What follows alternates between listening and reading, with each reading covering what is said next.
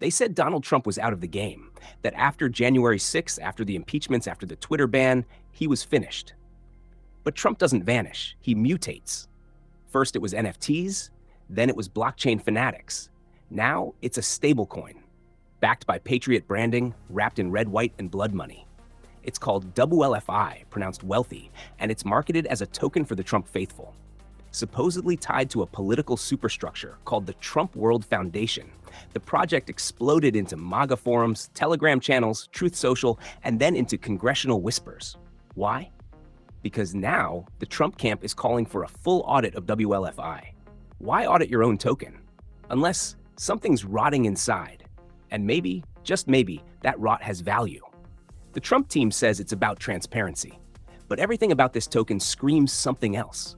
Controlled chaos, manufactured controversy, monetized fanaticism. Trump has never cared about financial purity. He cares about loyalty. And WLFI might be the ultimate loyalty test wrapped in DeFi code. Now the audit has been ordered, and the moment that happened, the question flipped. Not is this token legitimate, but what are they really trying to build? Because a stablecoin doesn't just serve the market, it creates one. And Trump, as always, isn't following the money. He's reprogramming it. They say WLFI is pegged, but pegged to what? The dollar? The brand?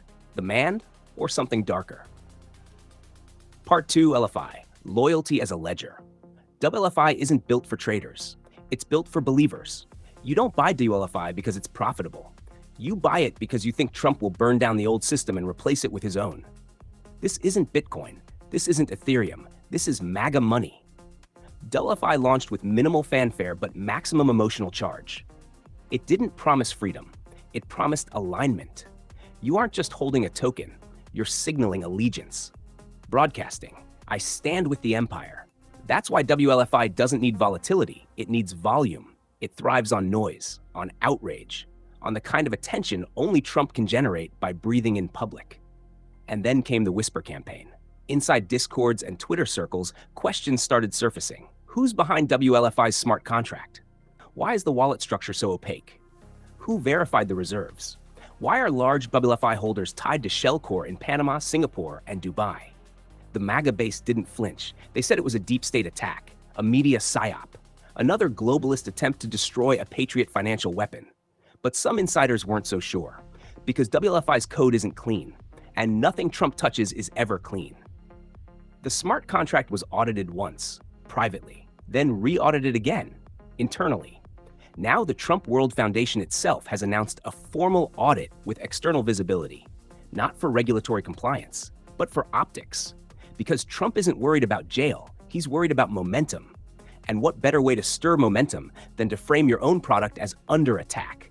Call it transparency, call it war. Either way, it's working. WLFI prices surged the moment the word audit hit the timeline.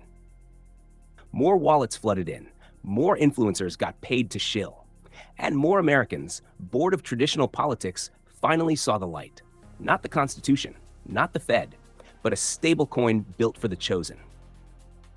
Part 3, political theater, financial weapon. Most people see WLFI as a meme coin with a flag. That's where they're dead wrong. This isn't a meme. It's a testing ground. WLFI is a lab experiment for something bigger, the fusion of political identity and programmable money. You want to vote with your wallet? Now you literally can. You don't donate to a campaign, you hold it. You trade it. You stake your identity on a token that bleeds nationalism and Trumpism on every transaction hash. And Trump knows exactly what he's doing. WLFI is engineered chaos. It's not optimized for adoption. It's optimized for polarization. Because division pays. The moment you release a politically charged stablecoin, you create two forces, the buyers and the haters. And both are valuable. The haters talk, the buyers accumulate. And the project explodes from pure attention pressure. This is the same strategy Trump used in 2016. Turn every insult into a marketing campaign, every attack into fuel. And now he's exporting that same model to blockchain. WLFI is the first political token designed to act like a loyalty tracker, a rage amplifier, a digital megaphone for the MAGA faithful. And what's crazy? It's working. The top wallets aren't crypto whales. They're political action groups, influencer accounts, operatives, and they're not selling. Because this isn't about market cap, it's about psychological territory. If WLFI succeeds, Trump doesn't just own a financial instrument, he owns a movement's digital bloodstream. Every transfer, every wallet, every use of that token becomes a data point, a signal, a map of influence. And that's why the audit scares people. Not because it might expose fraud, but because it might reveal a structure, a system, a method, a long-term plan to convert politics into a blockchain-anchored empire. Because while others are building ecosystems around protocols and products, Trump is building his around people. Part 4. Inside the audit, what they don't want you to see. The Trump World Foundation didn't just wake up one morning and decide to be transparent. The audit was forced. Behind the scenes, pressure had been mounting. Several blockchain forensics firms started circling WLFI, not because they were curious, because someone paid them to look. A report leaked in late May. Quiet, short, ignored by the press, but devastating in implication. The key points? 1. A huge portion of WLFI tokens were minted to wallets connected to dormant LLCs registered in Delaware, Wyoming, and Malta. 2. Smart contract privileges hadn't been fully revoked, meaning insiders still had minting authority. 3. The WLFI reserve wallet, supposedly holding 1-1 collateral in stable assets, showed repeated outflows into untagged wallets, privacy mixers, and centralized exchanges in the UAE. When the Trump camp caught wind that this was about to hit the mainstream, they did what they always do. They took control of the narrative. They announced the audit themselves. Suddenly, what was about to be a scandal became a righteous purification process. A press release hit Truth Social. To demonstrate our unwavering commitment to America First transparency, the Trump World Foundation has authorized a full-spectrum audit of the WLFI ecosystem. Patriots cheered. Critics rolled their eyes. But what both sides missed is this. The audit isn't about clarity. It's about control. They want to pick the auditing firm. They want to set the parameters. They want to decide what gets published and what stays buried. Because if you own the audit, you own the truth. And if you own the truth, you own the future. This isn't the SEC kicking down the door. This is an internal war disguised as an accountability move. WLFI is under fire. But Trump's people aren't scared. They're recalibrating, sharpening the brand, letting the haters drive the narrative while they harvest the clicks, the cash, and the chaos. And when the audit report drops clean or dirty, it won't kill the project. It'll canonize it. Because controversy is no longer a liability in crypto. It's a fucking business model. Part 5. Infiltrating the financial system. WLFI was never supposed to stay inside Telegram. It was designed to spread, quietly, strategically, like a political pathogen aimed at the bloodstream of finance. First came the wallets, then the influencers, then the educational partners. Shell firms in Texas and Florida offering crypto onboarding courses targeted at conservatives over 40. But the real move came when a Florida-based credit union announced a pilot program to accept WLFI as digital collateral for local loans. Not a big headline, not national news, but a seismic shift in how political money touches the real world. Because the second WLFI is accepted anywhere in exchange for goods, services, or credit, it stops being a meme. It becomes infrastructure. Local banks, regional lenders, online patriot marketplaces, gun retailers, prepper supply chains. These aren't crypto-native businesses. They're conservative strongholds. And WLFI is sliding in through cultural loyalty, not financial logic. That's the real genius. They're not pushing WLFI through crypto Twitter. They're pushing it through identity markets. It's not here's a great token. It's here's the money for real Americans. That's why it doesn't matter if WLFI is volatile, or if the code is flawed, or if the reserves are fake. Because WLFI isn't being judged by DeFi standards. It's being judged by faith. You either believe it empowers your cause, or you're the enemy. And that's exactly what makes it so powerful. Because the moment you make money political, you build a network of people who will defend it like religion. You can't kill that with regulations. You can't ban it with a press release. You'd have to kill the entire culture behind it. And that culture just got its own stablecoin, wrapped in patriotism, backed by emotion, fueled by division, and now quietly walking through the front doors of American finance. Part 6. Psychological payload, loyalty mining and identity capture. This is where it stops being about crypto and starts being about conditioning. WLFI doesn't behave like a normal token. It behaves like a psychological filter. The longer you hold it, the deeper you commit. And the deeper you commit, the harder it becomes to leave. Why? Because WLFI isn't just tied to your wallet. It's tied to your identity. You're not just a holder, you're part of a cause, a digital militia, a movement that views selling as betrayal and loyalty as currency. And that's the trick.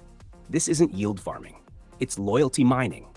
Every post, every retweet, every Truth Social mention that includes your WLFI wallet address earns you points, clout, reputation inside the system. Not from the protocol, from the community. They've gamified belief.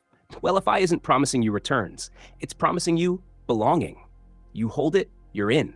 You doubt it, you're out. That's what makes this different from every other token in crypto. Most tokens collapse under scrutiny. WLFI thrives on it. Every accusation is framed as proof that the establishment is afraid. Every red flag becomes a rallying cry. Every sell-off is an attack. Every audit, a martyr moment. It's not about financial fundamentals. It's about narrative control. And in that battlefield, WLFI is a weaponized asset. They don't need liquidity providers. They need loyalists. They don't need market makers. They need missionaries. Because once belief enters the system, you can extract more than money. You can extract action. And that's the most dangerous part of all. WLFI isn't just a stablecoin. It's a recruitment funnel. It turns wallets into tribes, tribes into cells, cells into weapons. And the deeper this thing embeds into the culture, the harder it will be to untangle. Because you're not just dealing with tech anymore. You're dealing with faith in code. Part 7, the first of many. WLFI as political currency blueprint. WLFI isn't the endgame, it's the beta test. What happens when a political movement launches its own digital currency? What happens when holding a token is more powerful than casting a vote? WLFI isn't just being watched by crypto nerds or political junkies. It's being monitored by governments, intelligence agencies, think tanks, party strategists. Because for the first time, a major political faction built around a global name is creating a parallel economic system tied directly to identity, ideology, and influence. That changes the game forever. No more donations, no more campaign limits, no more middlemen, just programmable loyalty, tokenized allegiance, monetized belief. Now imagine this playbook in other hands. A left-wing environmental party issues a carbon stablecoin. A religious nationalist faction creates a faith-based token gated by scripture verification. A populist group in Eastern Europe launches their own coin, pegged to local commodities and voting rights. Suddenly, money isn't just used by politics, it's produced as politics. That's the real risk regulators haven't even begun to grasp. They think they're dealing with securities, but they're actually facing sovereign tokens, mini economies, ideological ecosystems, self-funding loops that don't need banks, lobbyists, or approval. And WLFI is the blueprint. It's crude, it's chaotic, and maybe even corrupt. But it's working. Because for the first time, a political machine doesn't need to ask anyone for permission to print money. It just needs enough people willing to believe in it. And when you merge belief with liquidity, when you mix ideology with incentive, when you let memes write monetary policy, you don't get democracy. You get networked sovereignty. WLFI isn't just a token, it's a flag. And behind that flag is a framework others will follow. It may start with Trump, but it won't end with him. Part 8, WLFI and the rise of shadow economies. Most people think WLFI is just sitting in wallets. They have no idea what's happening behind the curtain. WLFI is already being used, not just as a symbol, but as a trade asset in underground ecosystems. No central exchange, no fiat conversion, just direct WLFI transactions between vetted insiders, private Telegram groups, QR code transfers at real-world rallies, peer-to-peer deals for everything from digital services to survival gear. WLFI isn't just trying to be stable, it's trying to be sovereign. These aren't just political fans, they're building an internal economy. And the rules are simple. If you're holding WLFI, you're in. If you aren't, you're irrelevant. That's what gives it power. It creates exclusivity, backed by belief. Right now, WLFI is being used in 3 key ways. 1, access to private networks. WLFI holders are gaining entry into invite-only MAGA communities with business listings, legal tips, financial education, and even IRL job boards, all token-gated. 2. Discounted services. Small business owners aligned with the Trump brand are starting to offer discounts, bonuses, or VIP treatment to customers paying in WLFI. 3. Offline bartering. Rural areas in Texas and Florida are experimenting with WLFI as a parallel bartering tool for trusted transactions: guns, ammo, consulting, construction. It's small, it's messy, but it's growing. Because what WLFI is really doing, intentionally or not, is training a population to operate outside of traditional systems. No banks, no credit scores, no regulations, just ideology and verification through tokens. That's more than decentralization. That's insulation. These people aren't trying to rejoin the system, they're trying to outlive it. And WLFI is giving them the first taste of economic independence, even if it's an illusion. Because once you teach people they can trade, build, and earn without middlemen, you can never force them back into the cage. That's why this stablecoin is more dangerous than it looks. It's not trying to be global, it's trying to be unreachable. And if that model proves scalable, you'll see dozens of micronations rise. Not with borders, but with blockchains. Part 9. Weaponizing WLFI, Campaigns, Media, and the End of Traditional Power. WLFI isn't the future of finance, it's the future of control. Because once you own the medium of exchange, you control the flow of loyalty. You decide who eats and who starves in your ecosystem. That's not theory, that's what's unfolding right now. Trump's political machine has always run on spectacle. Now it runs on a token. Campaign donations? Soon they'll be unnecessary. If every supporter holds WLFI, the campaign doesn't need to ask for money. It can just pull from the treasury. Need a media push? Fund it through on-chain grants. WLFI distributed to content creators, meme lords, influencers, who then flood the narrative with red-hot propaganda. Need a turnout drive? Token airdrops for rally attendance. QR code verification at polling stations. Rewards for showing up, screaming loud, staying loyal. WLFI isn't just a currency, it's a command system. It tracks who engages, it tracks who holds, it tracks who bleeds MAGA. That's worth more than polling data. It's a living voter map. It's also a vetting tool. You want to work on the inside? You better have WLFI on-chain history. You better show movement, engagement, obedience. In the old world, your resume got you hired. In the new one, your wallet activity does. Now imagine the next election cycle. 2 candidates, one still begging for donations, praying for ad slots, the other issuing incentives, mobilizing digital armies, paying loyalists in real time. Who wins? Not the best speech, not the sharpest policy, the one who owns the rails of money, media, and messaging. WLFI isn't there yet, but the framework is clear. And when you fuse that with Trump's cult of personality, when you overlay it with data, distribution, and desperation, you don't just get a campaign, you get a machine state, a closed-loop empire where everything, support, visibility, reward, and survival, is tokenized and tracked. And if it works in one country, it'll spread. Because every populist leader in the world just realized, you don't need to win votes anymore, you just need to mint them. Part 10. When democracy becomes a protocol. WLFI started as a joke to some, a cheap grift, another Trump stunt, but that's how all new power begins. As noise, then fear, then normal. WLFI is not just a stablecoin, it's a mutation in how control works. For centuries, political systems relied on slow levers, votes, laws, donations, lobbyists. Now, it's just code, wallets, transactions, momentum. WLFI doesn't need to win elections. It needs to win attention. And it's doing that better than any government on earth. You don't need trust when you have tribalism. You don't need consensus when you have ownership. You don't need freedom when you have a flag-shaped token telling you what side you're on. And people are buying in because they're tired of banks, of media, of fake choices, of being used and dumped by the very systems they funded. WLFI gives them a way out. Even if it's fake, even if it's flawed, it feels real. And in this world, perception is currency. That's why this matters. Not because WLFI is perfect, not because it will last, but because it has already shown what's possible. A digital token built around rage and loyalty can outmaneuver entire institutions. WLFI may collapse, it may be banned, it may get exposed, but the blueprint won't die. It will be copied, refined, weaponized by leftists, by nationalists, by movements we haven't even seen yet. You're not looking at a coin. You're looking at the death of centralized politics. From now on, every serious movement will build its own media, its own bank, its own currency.